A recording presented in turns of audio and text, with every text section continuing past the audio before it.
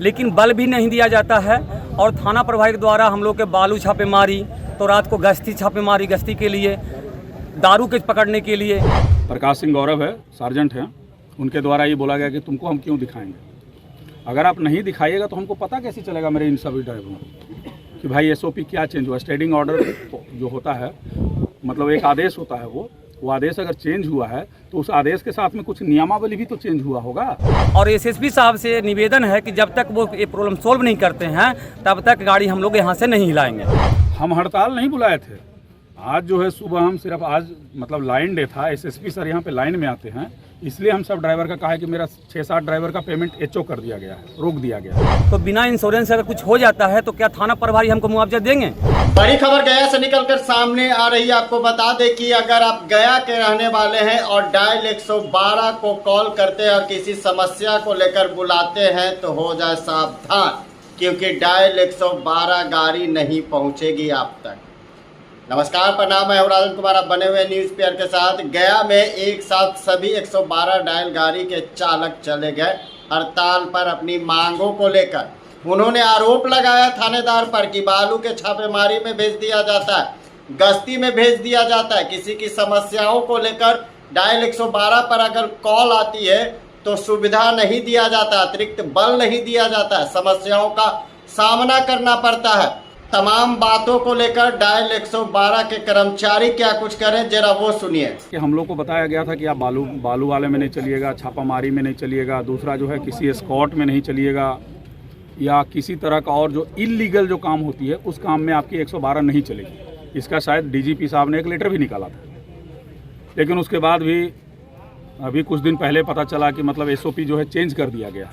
तो वही हम थोड़ी देर पहले भी सार्जेंट सर से पूछ रहे थे हम कि एसओपी अगर चेंज हुआ है तो हम लोग को दिखा दिया जाए कि एसओपी क्या चेंज हुआ है। तो बोला तुम क्या है, तुम चालक है, तुमको हम क्यों दिखाएंगे। प्रकाश सिंह गौरव है, सार्जेंट हैं, उनके द्वारा ये बोला गया कि तुमको हम क्यों दिखाएंगे। अगर आप नहीं दिखाइएगा तो हमको पता कैसे चलेगा मेरे इन सभी ड्राइवरों को कि भाई एसओपी क्या चेंज हुआ। स्टैंडिंग ऑर्डर जो होता है, मतलब एक आदेश होता है, वो आदेश अगर चेंज हुआ है तो उस आदेश के साथ में कुछ नियमावली भी तो चेंज हुआ होगा। कब तक आप लोग हड़ताल इस तरह से रखेंगे आप लोग? नहीं, ऐसा कोई हड़ताल के लिए हम थोड़ी बुलाए थे। हम हड़ताल नहीं बुलाए थे।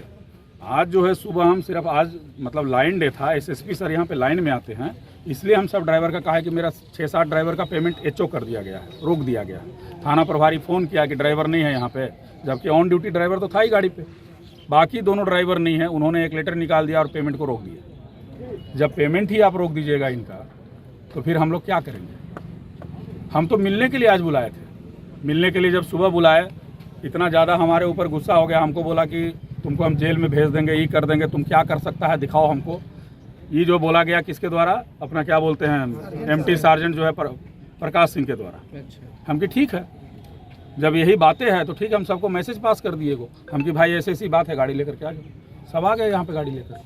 कोई हड़ताल नहीं हम लोग किया। बिहार सरकार का एक बहुत ही बढ़िया मुहिम है और इसके लिए सैफ चालक को भर्ती किया गया ताकि ईमानदारी पूर्वक ये काम को किया जाए और सुचारू रूप से काम चल भी रहा है। लेकिन थाना प्रभारी के द्वारा प्रताड़ित किया जा रहा है सभी चालकों को, जिसके वजह से सभी चालक एकजुट होकर पुलिस लाइन में लाके गाड़ी को खड़ा कर दिया गया है। और एसएसपी साहब से निवेदन है कि जब तक वो ये प्रॉब्लम सॉल्व नहीं करते हैं तब तक गाड़ी हम लोग यहाँ से नहीं हिलाएंगे।